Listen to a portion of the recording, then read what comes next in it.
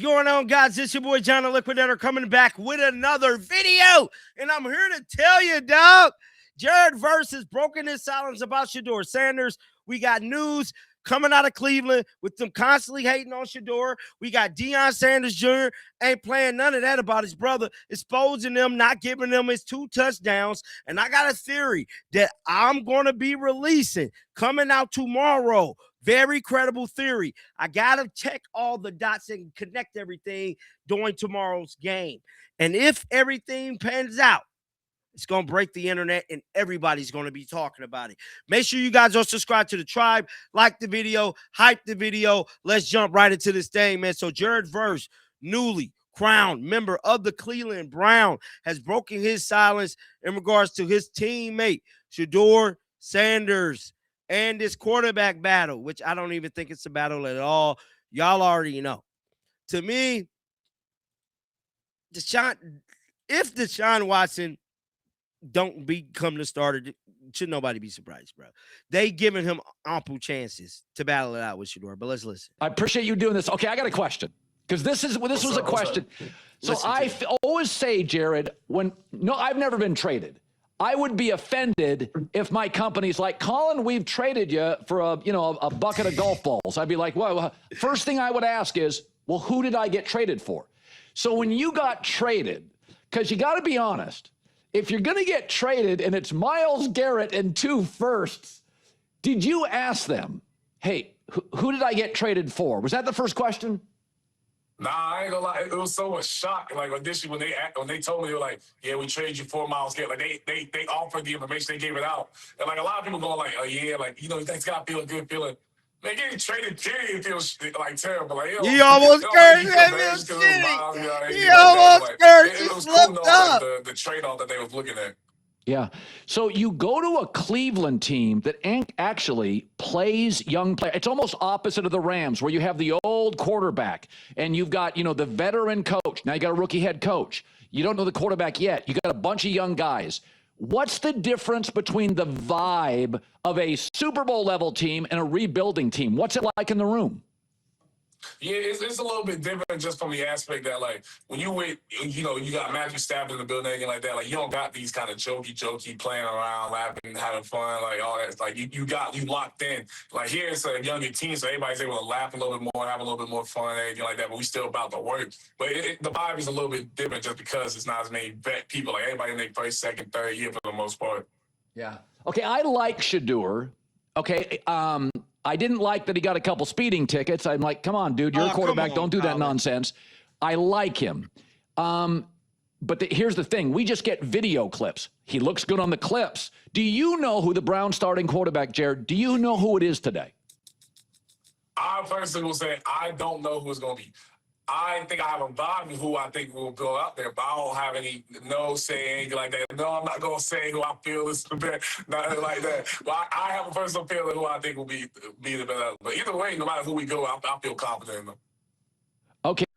Ooh. Now, Shedeur Sanders did a sit down, man. Let's listen. Shedeur, you've had a full off season without having to worry about pro days or combine or the draft, just work and prep for year 2. With the spring, the summer, and a preseason game in the books, how you feeling? I feel really good.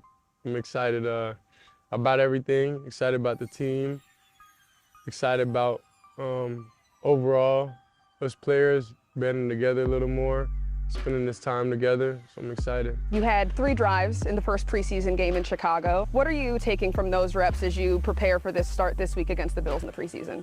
Just certain mental notes I need to take in the next game, obviously, and apply them, play more of a cleaner game, I would say.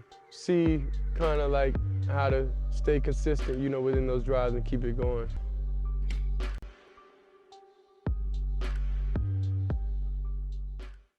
Shedeur? So that was Shedeur Sanders on CBS. Now, we got to talk about Deion Sanders Jr., bro. Shout out to Bucky, dog. I ain't talked to Bucky in a minute.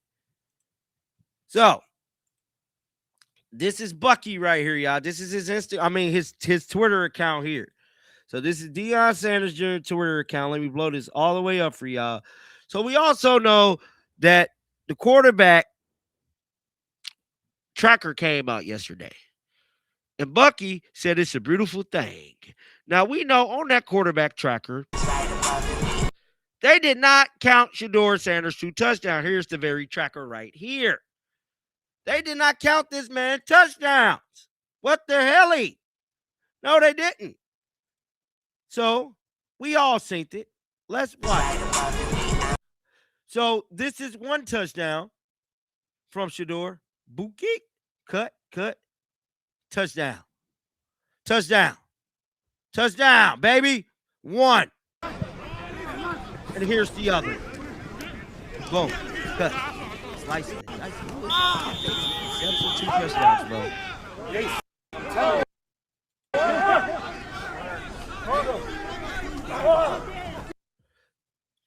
I just think it's pretty interesting that Deion Sanders Jr.